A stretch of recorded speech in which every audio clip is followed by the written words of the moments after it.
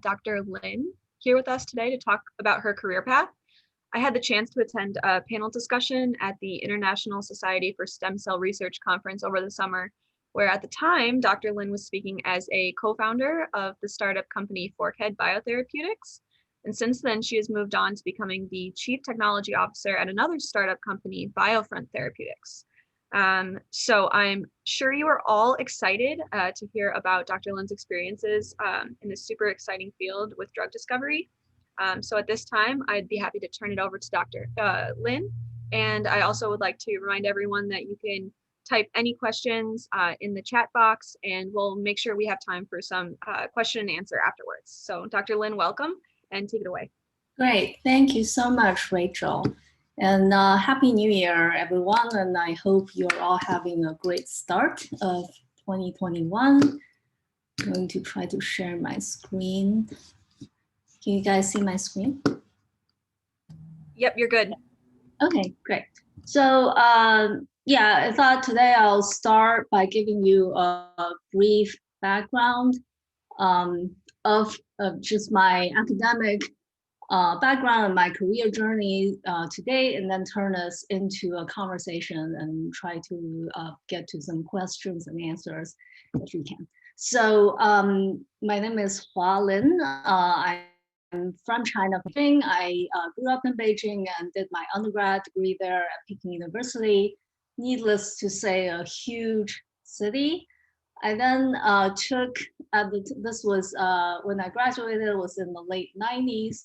At the time, it was typical for students to go abroad to seek graduate education. So I took this typical path and moved to the United States to pursue my PhD at University of Michigan in the field of developmental biology. This was a bit of a cultural shock in more than one way. There is for sure the China to US culture shift. There's also a huge difference in the living style and sort of the kind of people you're exposed to coming from a huge city to a small town, which is Ann Arbor, a lovely small town, but population of only probably 100,000 at the time.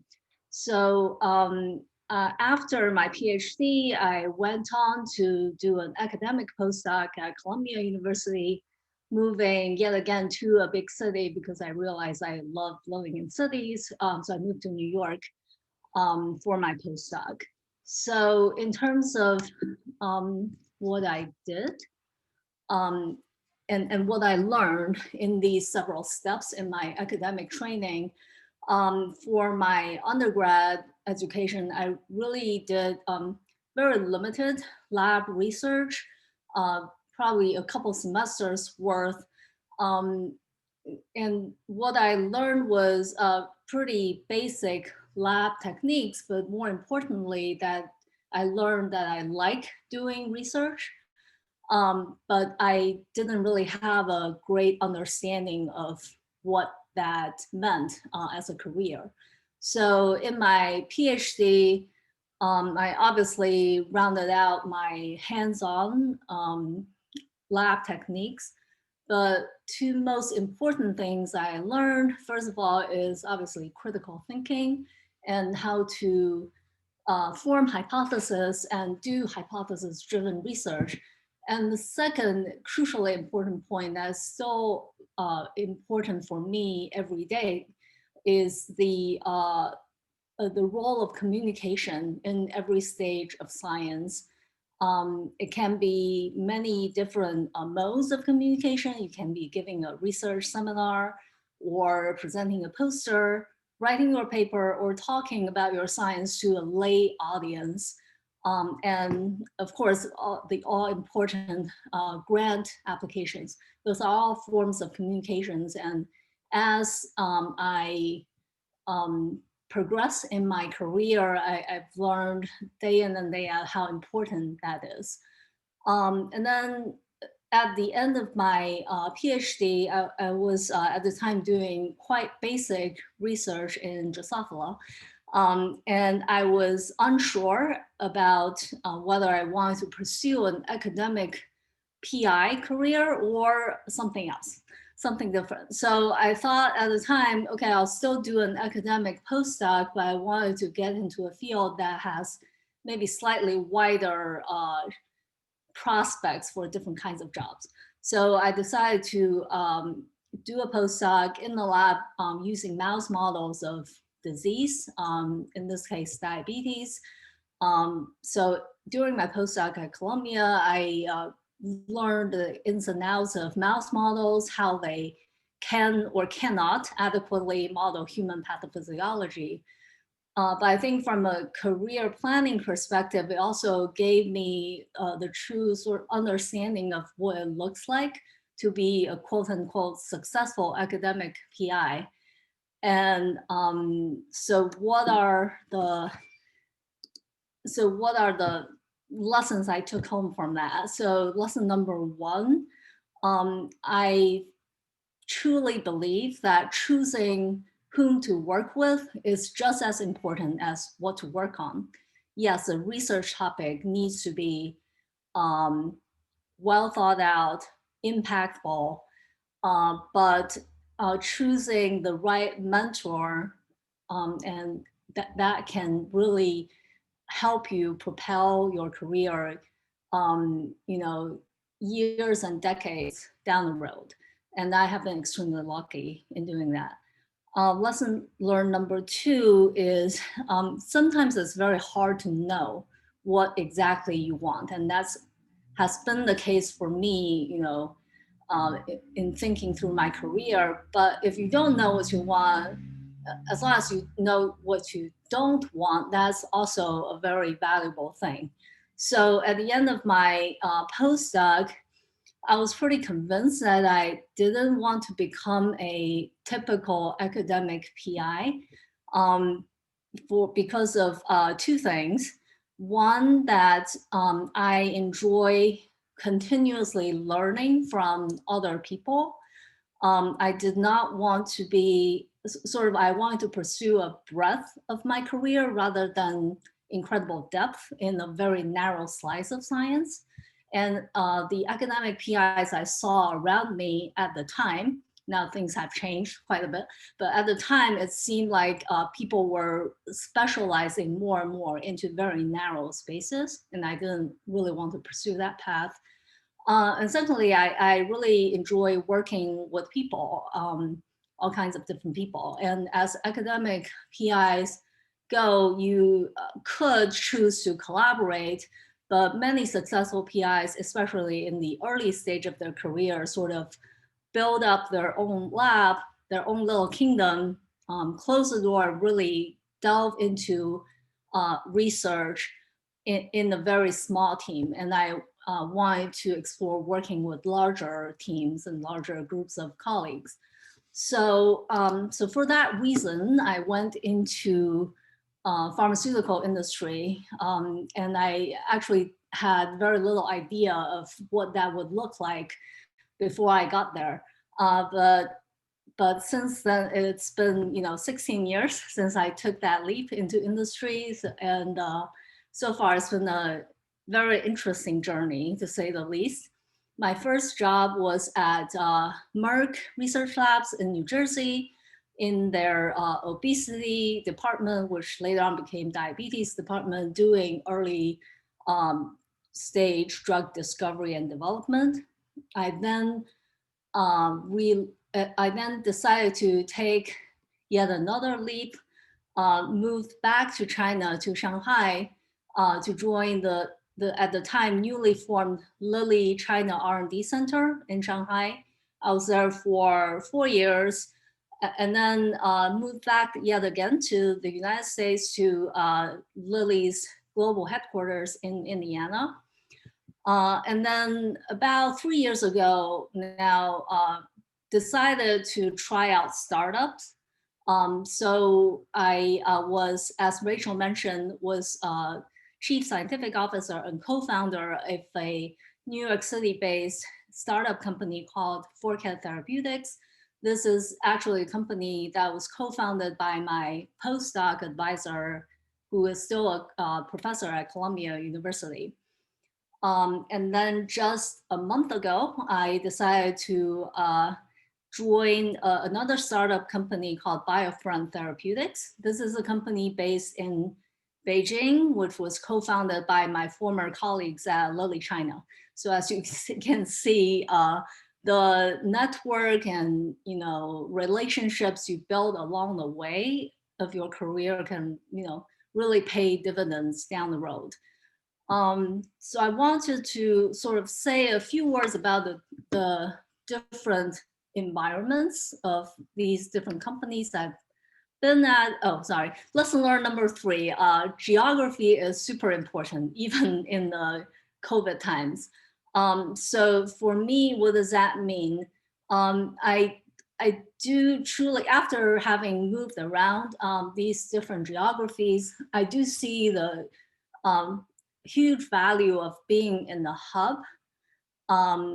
I would say Shanghai and New York, and to some extent, New York City now is also a hub for biotech, and New Jersey at the time was a big hub for pharmaceutical industry. That meant that there are many opportunities to have interactions with different people in the biotech pharma space, to have chance encounters, to go to networking events, and really build your network and build your brand, and just to be exposed to different opportunities. I love Indianapolis. It is not a hub, so juxtaposing these different locations, I think, especially early on in one's career, when you're not yet exactly sure what you want to do, being in the hub gives you that visibility into different options. And then once you decide to specialize, then it's fine to relocate to a place maybe where the living style and culture is more suitable for your personality. So the size of the companies are also, I think, important consideration when I chose these different steps in my career.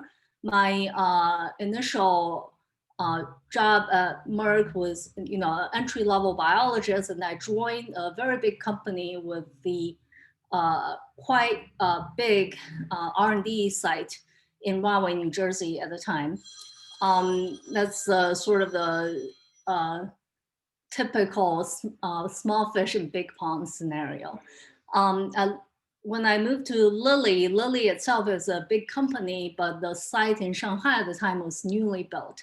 So it was a very interesting time for me to join when the site was only about 10 people. And over the course of 4 years, the site grew to 120 people. And I, of course, grew with the site. With this relatively small size of the site, that came a lot of different opportunities as to what you can be exposed to. And then when I moved back to Lilly Global Headquarters, that again, obviously is a typical large company environment and culture. And then I went from that, like tens of thousands of colleagues in one place, from that environment into the startup, sort of the extreme other end of the spectrum. At Forkhead, we were maintaining a very small internal employee base of only 2 to 4 people, but we did collaborate with a variety of external consultants, contractors, and collaborators.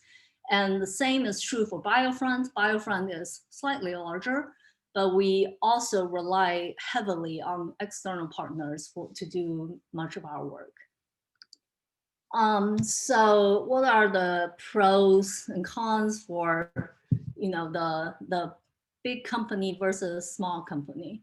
I think some of these are are obvious, some are less so.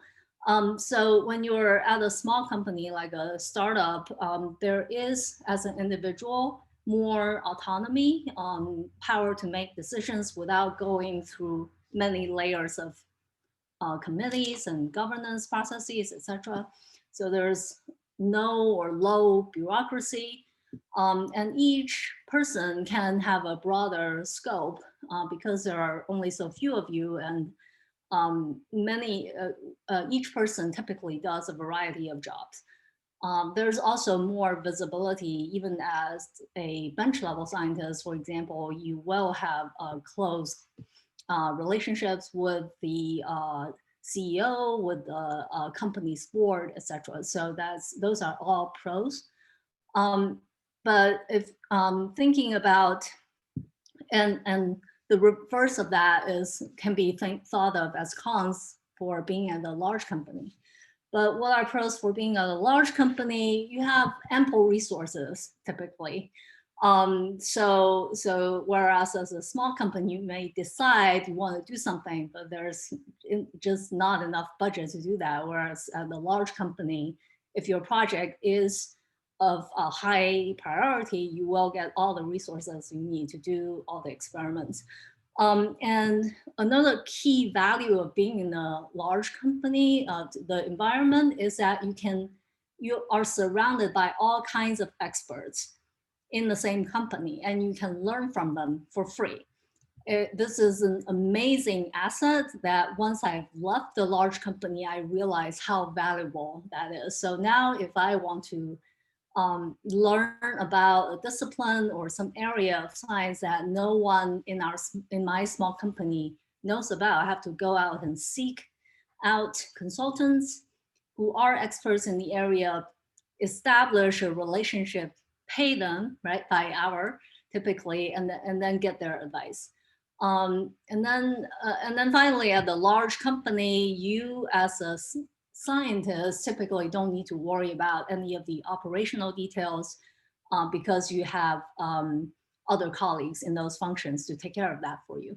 I do have to say that it's interesting that I thought being in a small company, having to think about operations is, I thought it would be extremely boring, but it turns out there are interesting aspects of strategy involved in building the operational pieces. So I have to say, learning that piece has been very interesting for me. So of course, sometimes the pond can be too small for you. That's just a funny picture.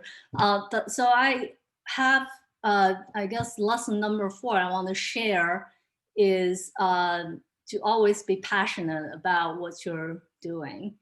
And that can change over time. The fit, your fit with the organization you're in definitely will evolve over time. And if you're no longer passionate about what you're doing, then it's time to make a change. That could be trying to find another position in the same company. That could be changing to a different company altogether, right? And then finally, I think this is my last slide. Reflecting upon my career so far, I truly believe career path is a jungle gym.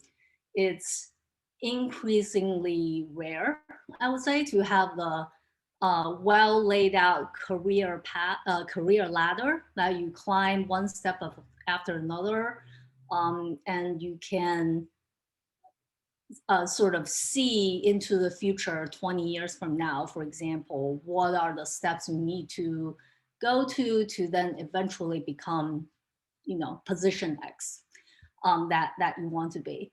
I think that may have been typical a couple of decades ago. I do feel that's less and less typical now.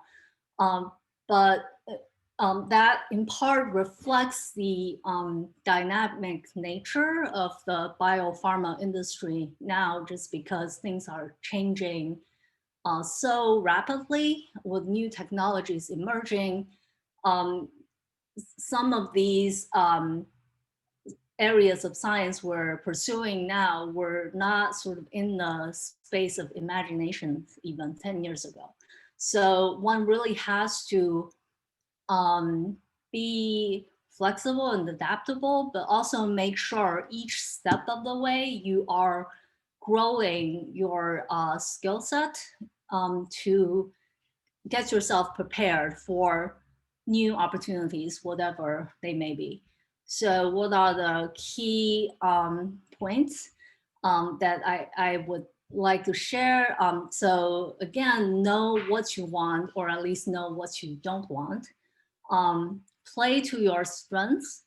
I'm a true believer of strength-based leadership, that each one person may not be well-rounded, but if you can play to your strength and then surround you with a team of colleagues whose strengths can complement yours, then the team can be well-rounded and be very successful.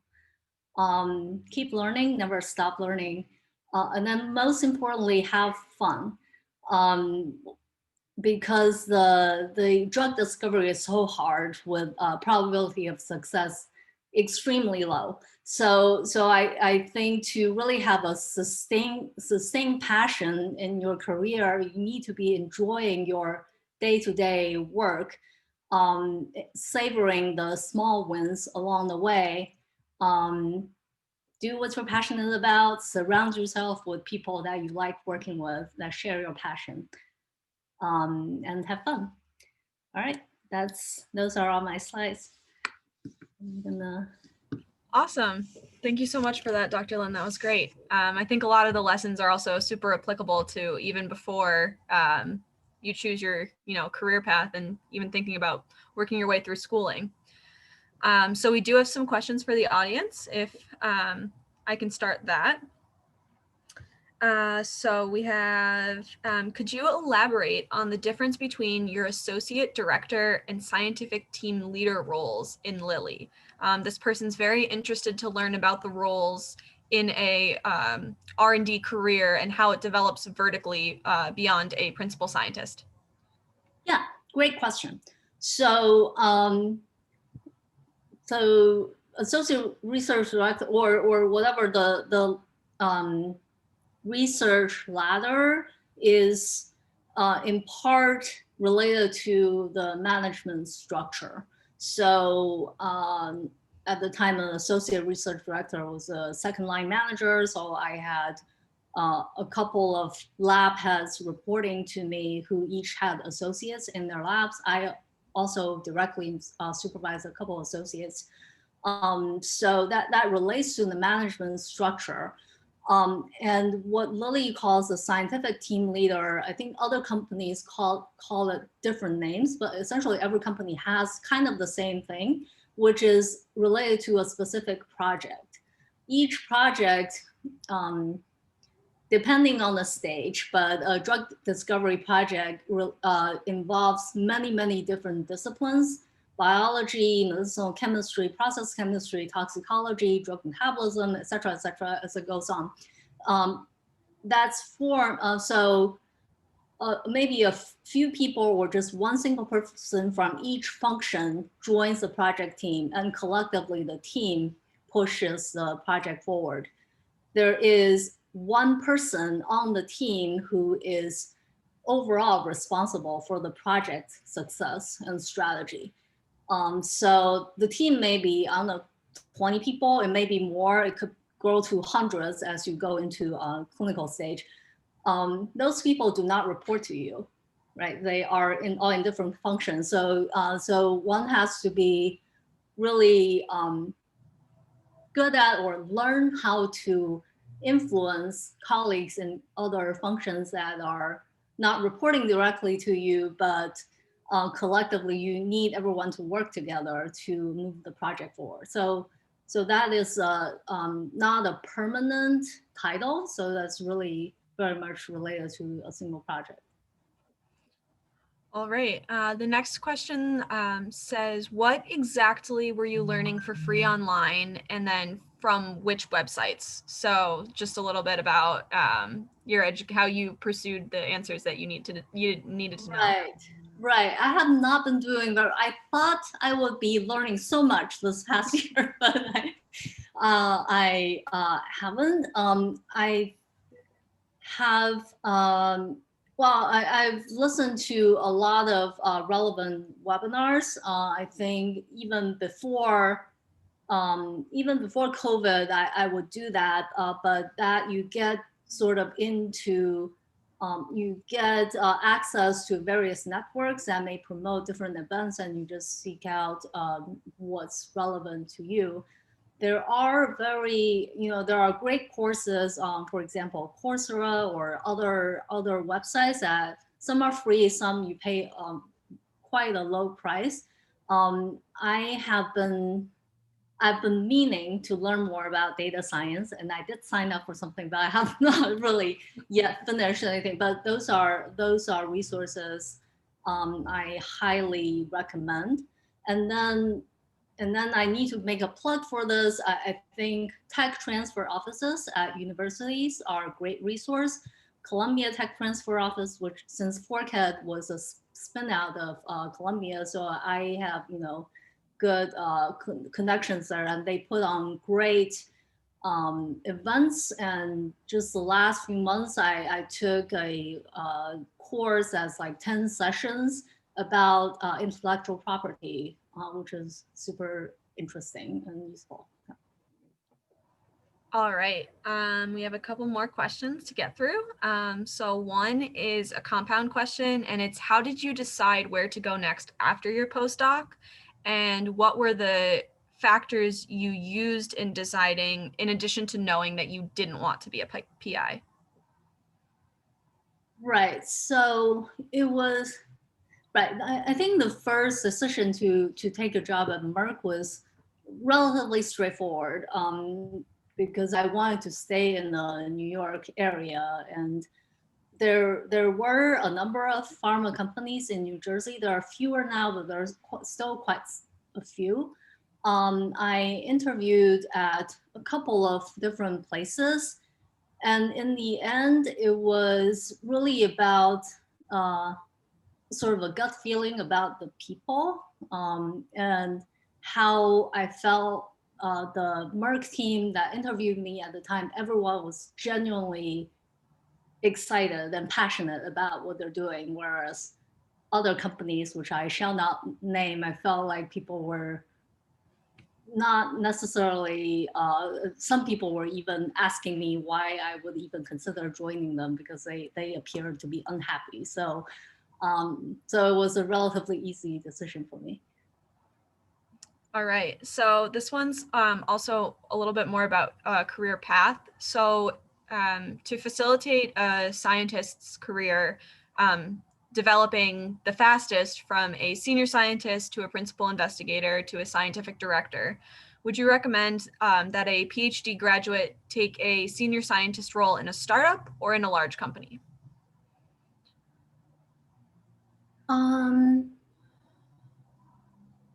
So I think both could work. It's really very dependent on what projects you work on, how successful you are, and a lot of those has to do with sort of external circumstances. I would say, given my path of first 10 years of my career in large pharma, I see that as really valuable because you go into a company because no one teaches you how to do pharmaceutical R&D. It's very much like, I think there is still a disconnect between academic programs and what actually happens in industry R&D. So in a large company, because everything is well structured, there is already infrastructure. You can go in and learn everything in a way that is like typically done. It's not to say that they are always right, but at least you learn what people are doing and why. And then once you learn the whys, then you can decide, does this make sense for my project? Maybe it doesn't, then I can change something. So that's great at large companies because there's no shortage of very experienced people, mentors who can really, help you, coach you along the way. At a small company, you may not have that. It may be, a controlled chaos situation that you just throw in, you start to need to generate data. So you may not have that structured learning at the beginning, but I think, again, if you have a great leadership team of the company that's very well seasoned, that can work out as well.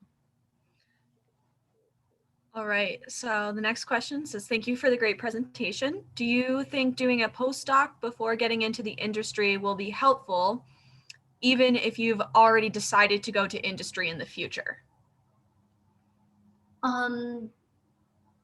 So I think if you've decided to go into industry, you can maybe seek out industry postdoc opportunities. There are not very many of them, but they do exist. So, network with scientists from industry who go to conferences. Now it's a little more difficult being virtual, but find out what positions there are. If you do consider an academic postdoc, then sort of look at the PI's track record of placing their trainees into industry and into academia, obviously. And typically well-known PIs that consult for pharmaceutical companies can help you get your foot in the door. Yeah, I think that's a very good point. Because I think a lot of people think an academic postdoc is kind of like a direct, like you have to go into academia.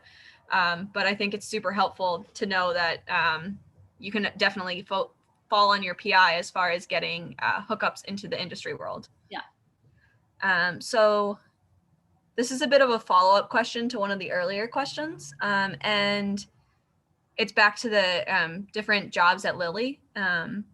And was there a dedicated project management function working subordinate to you, or were you the sole project manager there? There is the project management function is parallel to the science function or to the research function. They're technically a development function. So there are, I can go into details. At Lilly, it was different at Merck, but at Lilly there is in parallel to the scientific team leader, there's also something called the program team leader. Before clinical work, the scientific team leader is sort of the number one responsible person. And after you go into the clinic, the scientific team leader still goes with the program, but the overall responsibility falls to the program team leader. That person has a very important strategic role, and that person is supported by project managers who do the more technical part. And they actually don't report to each other. It's very matrixed, but yes, you do, as a scientist, you get support for doing the project management pieces. All right, so this person's asking about like their personal experience, and they're saying that their PhD is in computational material science, utilizing tools which are similar to those used in drug design discovery, like machine learning, atomistic modeling, etc. And what is the best way to get a job or get the attention of a hiring manager at a pharma company or a startup?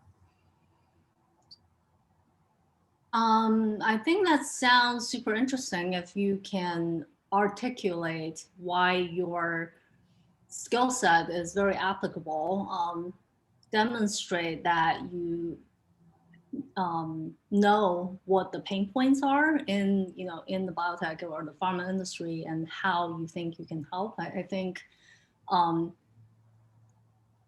just showing when beyond having personal conversations with these people, just in your application, showing that you've done the homework and you understand what kind of skills they're looking for, having that individualized application is the number one important thing to get the attention.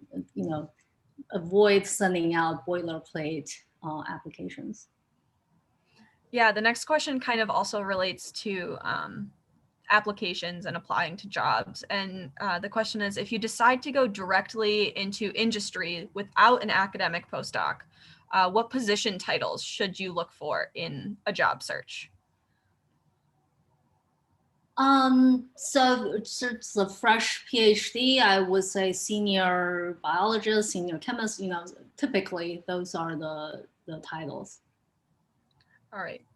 And then the next one is, does industry primarily work with human samples and data, or are there mouse samples and data as well?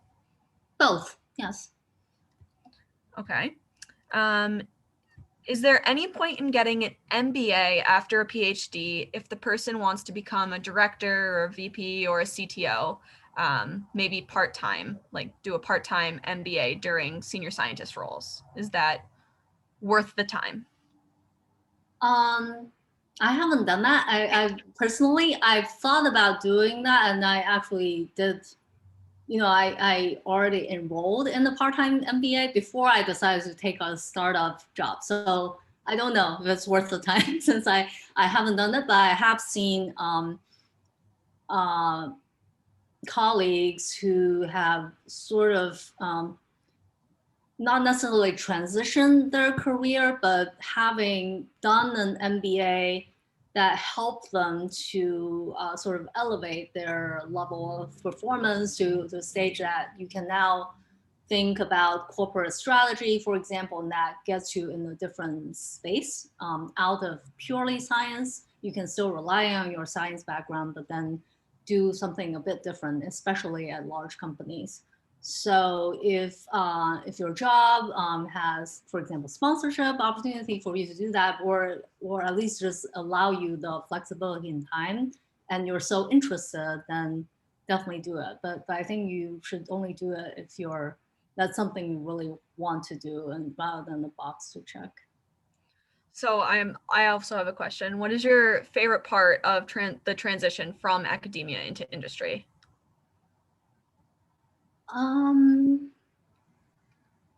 What's my favorite part? I think really learning about so many different disciplines, even though it's a little superficial, but just to get an understanding of there are all these different parts that go into making a drug, and just you can talk to experts all day long and learn different things. That's the best part. Okay, well, there aren't more questions popping in, but I would like to ask that if there are people that have more direct questions or would like to reach out to you, is it okay if they contact you on LinkedIn, or is there a better way to get into contact with you? LinkedIn Yes. works? Yes. All right, perfect. That's great. We like to promote networking as a part of our mission to connect people with industry professionals. So thank you so much for coming. It was an awesome talk. We'll have the recording posted online shortly, and we really appreciate your time. Thank you, Rachel, and thank you everyone for your questions. Thank you. Happy New Year. Happy New Year. Bye. Bye.